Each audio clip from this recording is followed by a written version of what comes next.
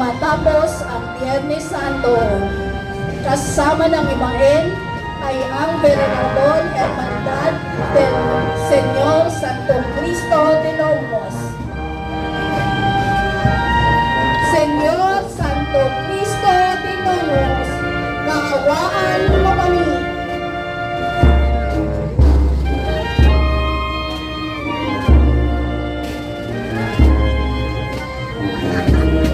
Salubungin natin ang ikalawang na San Nicolas de Tolentino. Ang ikalawang patron ng distrito ng San Nicolas, siya rin ang patron ng mga banal na kaluluwa, higit lalo na mga nasa purgatorio. Nalangin kay San Nicolas ng Mira na nagkaroon ng anak.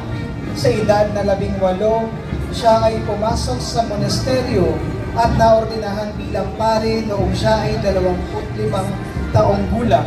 Ginugol niya ang kanyang buhay sa pananalangin at pagsunod sa kalooban ng Diyos. Ang imahen na ito ay nasa pangangalaga ni Ferdinand Liu family.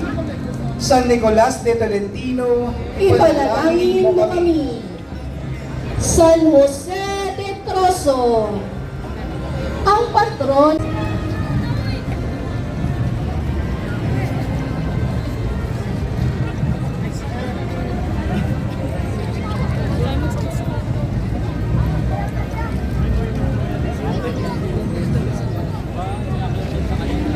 La Divina Matrimonio. Ang La Divina Matrimonio ay paglalarawan kina Jesus, Maria at San Jose bilang banal na mag-anak.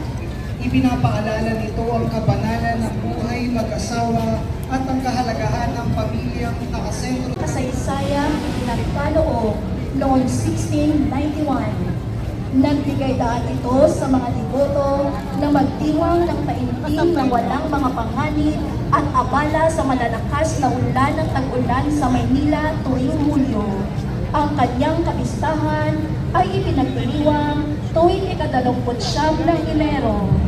Ang imahe na ito ay nasa pangangalaga ni Charm Woman Carmencita Beltran, Our Lady of Mount Carmel.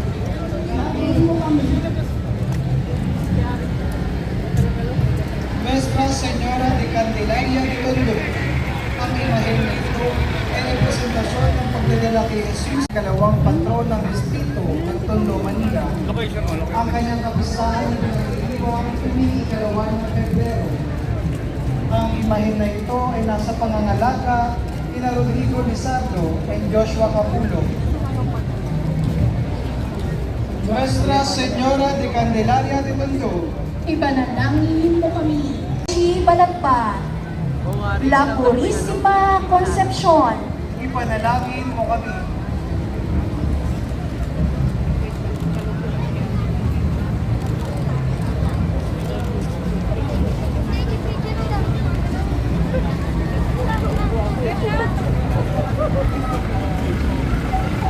Our Lady of Lourdes.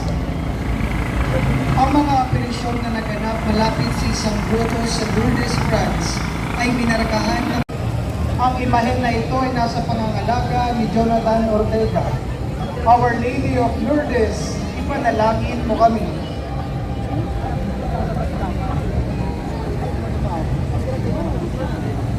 Flores, Ipanalangin mo kami.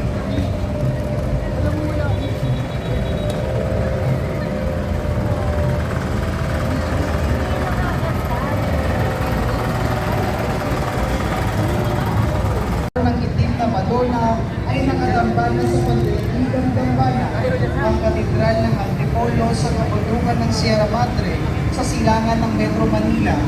Ang kanyang kapistahan ay pinagdiriwang at mabuting paglalakbay na kilala rin bilang ang Birhen ng Antipolo ay isang ikalabintos ng Romano Katolikong kahoy na imahe ng Mahal na Birhen Maria na pinarangalan sa Pilipinas.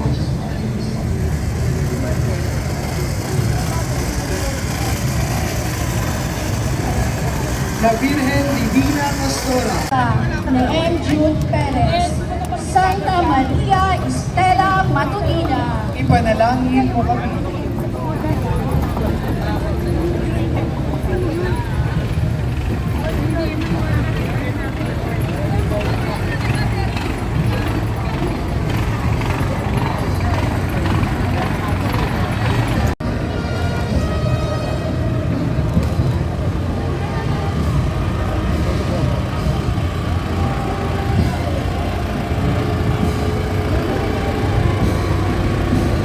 Isang Katolikong titulo at imahe ni Maria, Ina ni Jesus, batay sa mga petisyon na iniulat noong 1917 ng tatlong pastol na bata sa Cova de Ira, Naya sa Fatima, Portugal. Sa Pilipinas, sa kanyang pambansang dambana ay matatagpuan sa Valenzuela. Ang kanyang kapistahan ay pinagdiriwang Creator. Ang imahe na ito ay nasa pangangalaga ni Anthony Los de San Parados de Marikina. Ang Nuestra Señora de Los de San Parados ay nangangahulugang ina ng mga pinababayaan. Siya ang patrona ng Marikina at kinikilalang mapagmahal na ina ng mga mahihirap, may sakit at mga nangangailangan ng pag-asa. Ang kanyang debosyon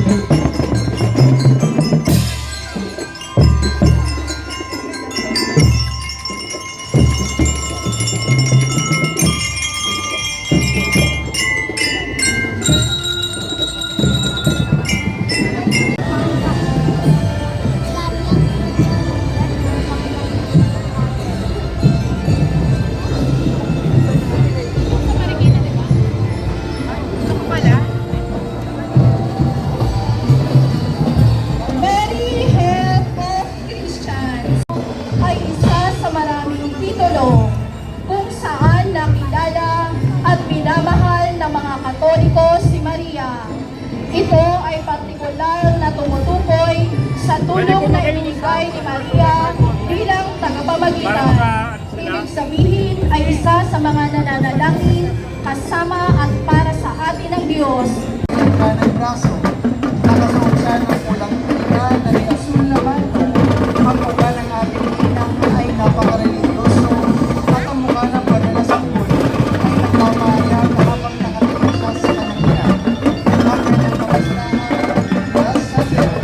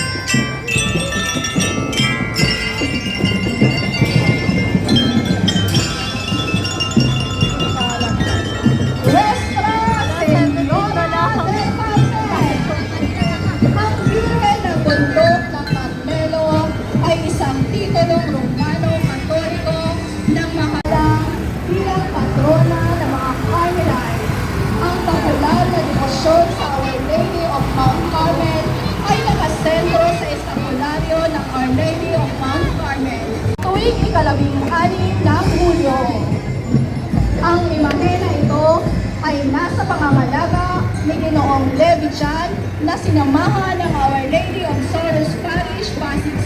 Ang kanyang kapistahan ay pinagdiriwang tuwing August 10. Ang imahen na ito ay nasa pangangalaga ni Shelo de Guzman. Nuestra Señora del Buen Suceso. Ipanalangin mo kami.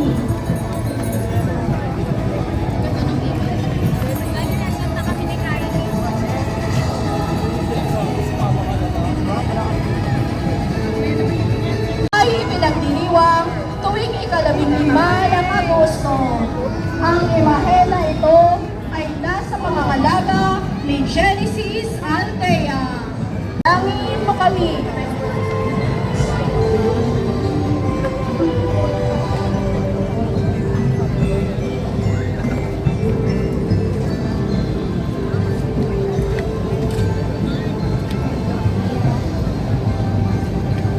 Nuestra Señora de Salvación. Ang Nuestra Señora de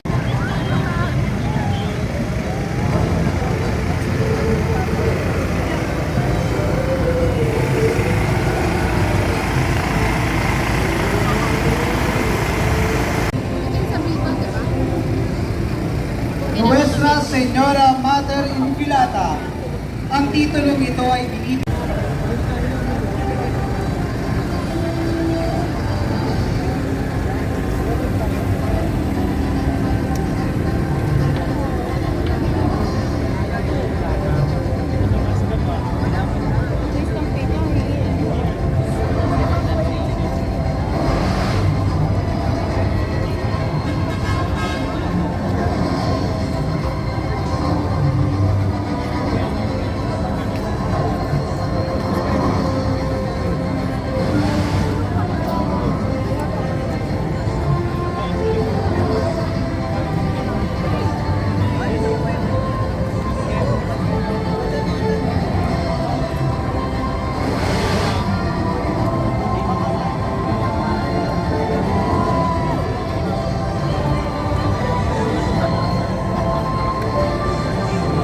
na namamagitan para sa lahat ng mananampalataya.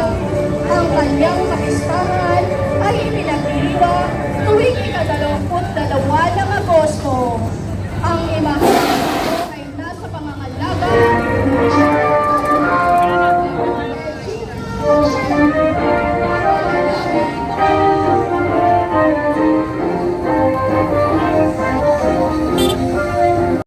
Geraldine Bless you, Masila. Lord, among women. Santa Blessed is the Maria fruit of Regina your womb, Jesus. Holy Mary, Mother of God, pray for us sinners, now and at the hour of our death. Amen. Hail Mary, full of grace, the Lord is with you. Blessed are you among women, and blessed is the fruit. ibig sabihin, siya ang pinadakila sa lahat ng mga santo. Ang ideyang ito ay pinalakas ng isang pang inscription. Si Maria ay higit sa lahat na iba pang mga banal sa kabanalan. Nuestra Señora de la Porteria. Ang Nuestra Señora de la Porteria ay debosyon na mula sa mga Agustino at Perales. Nuestra Señora de Aranzazu. ipanalangin mo kami. Pagpatawaran mo sa aming minsan, para ng pagpapatawad namin sa mga nagkakasala sa amin. Huwag mo kami ulog sa puso at iadya mo kami sa Ang kanyang mga anak, ang kanyang kapistahan ay pinagdiriwang tuwing ika-8 ng Setyembre. Ang imahen na ito ay nasa pamangalaga ng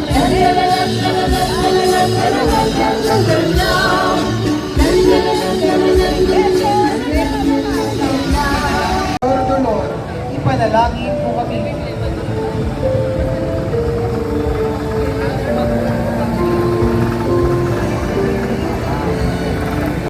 na parang isang patalim na itinarak dito. Ang kanyang kapistahan ay ipinagdiriwang tuwing ika-15 ng Setyembre. Ang ima Nuestra Señora de Lágrimas, ipanalangin mo kami.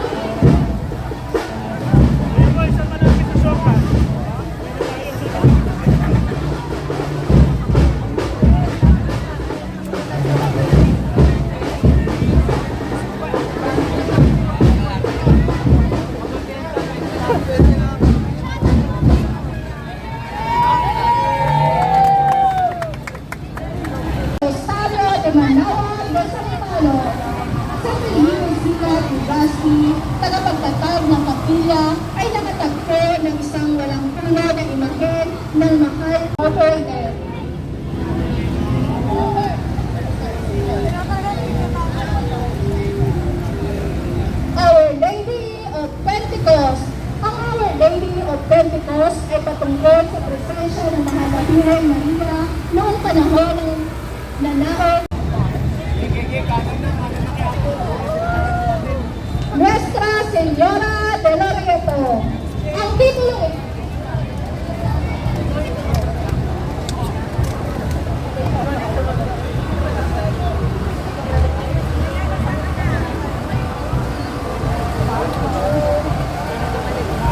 Señora de la Salud, Cofradía de Transito San Nicolas Parish, Quezon City.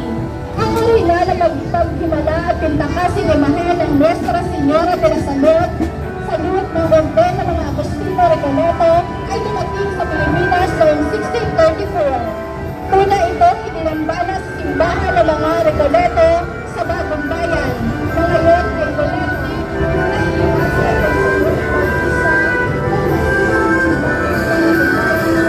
ni Maria ay tumutukoy sa bahay kung saan siya ay sinilang at lumaki at kung saan binisita siyang Anghel Gabriel sa pagpapahayag ayon sa tradisyon na himalang dinala ng mga anghel ang bahay mula sa Palestine paturong Loreto, Italy.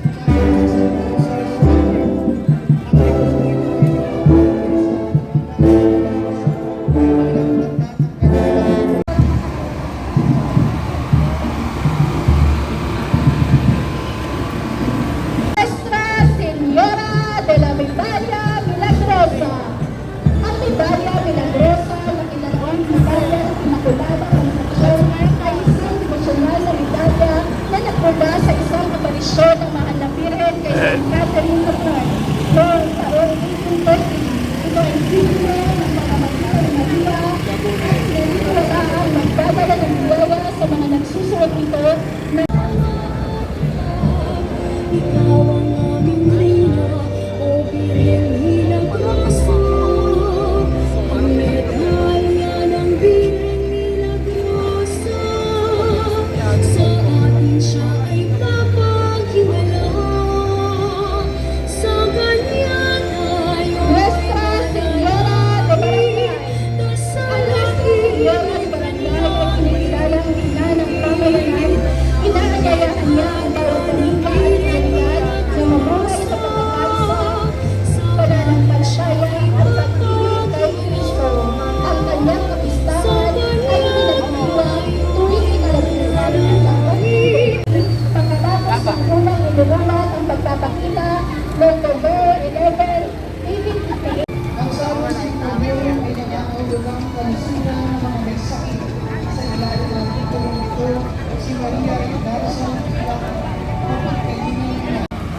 Nuestra Señora de la Mappahan Luna, Panginoon ay pinasa kanya. Ang imahe na ito ay nasa pangangalaga ni Ginoong Jefferson Fernando higit sa kanyang korona. Ang orihinal na imahe ay matatagpuan sa kanyang pang-diocese sa Lambada at parokya sa lungsod ng Malabon ni Pio Consulta Cruz at Raniel Katigba. Our Lady of Light, Virgen ng Kainta, ipanalangin mo kami at pangangailangan ng kanyang anak. Virgen de los Remedios de Pampanga.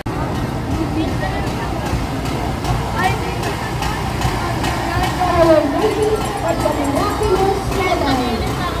Ang demisyong ito ay nagmula sa mga pagpapakita ng panahon ng Semana Santa. Ang kanyang saistangan ay ipinagdiriwang tuwing 13 ng Disyembre. Ang imahe na ito ay nasa pangangalaga ni Ginoong Richard Azaria na sinambahan ng Cofradía San Andres Student Association from Catanduanes. Nuestra Señora de los Dolores de Batangas, Maria at San Jose bilang banal na mag-anak. Sila ang huwara ng pagmamahalan, pananampalataya, pagkakaisa at pagsunod sa kalooban ng Diyos para sa bawat pamilyang Kristiyano. Sagrada Familia, Panginoon mo.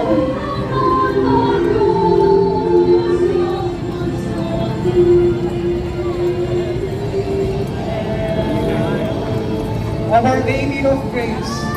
Ang Our Lady of Grace o Gracia ay isang matandang titulo na mahalaga rin at pinaparangalan ng Ardela Castino bilang tagapagdala ng biyaya. Ito ay pinanggap mula nito ay binatin na kami bilang ang Chamber of Gracia. Ang kanyang kapistahan ay pinagdiriwang ng Biblia. San Parish, Archdiocesan Shrine of Nuestra Señora de la Consolación de Korea, San Agustin Church. Nuestra Señora de la Consolación y Korea. Ang Nuestra Señora de la Soledad de las Botas, ang mahal na patrona ng Santa Cruz Parish sa Tansa de Botas. Nuestra Señora de la Soledad de Lourdes. Ipanalangin mo kami. Viva la Virgen! Viva! Nuestra Señora de la Soledad de Solipan. Panalangin mo kami. Viva la Virgen! Viva la Virgen! Sa lalawigan ng Cavite at dinala sa Buhi, Camarines Sur. Ang imahen na ito ay Archdiocesan Shrine and Parish of Our Lady of Solitude sa Tambo, Buhi, Camarines Sur. Nuestra Señora de la Soledad de Tambo. Ipanalangin mo kami. Viva la Virgen! Viva! Viva la Virgen!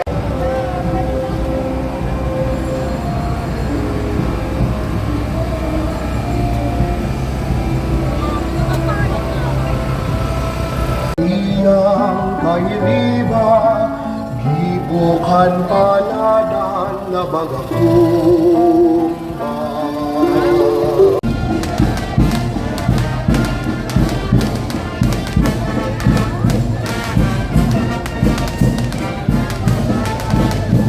Salubungin natin ang masigabang palakpakan ang reyna ng lalawigan ng Cavite, ang Nuestra Señora de la Soledad de Portabaga. Viva la Virgen! Viva! Viva la Virgen! Viva! Viva la Virgen! Viva!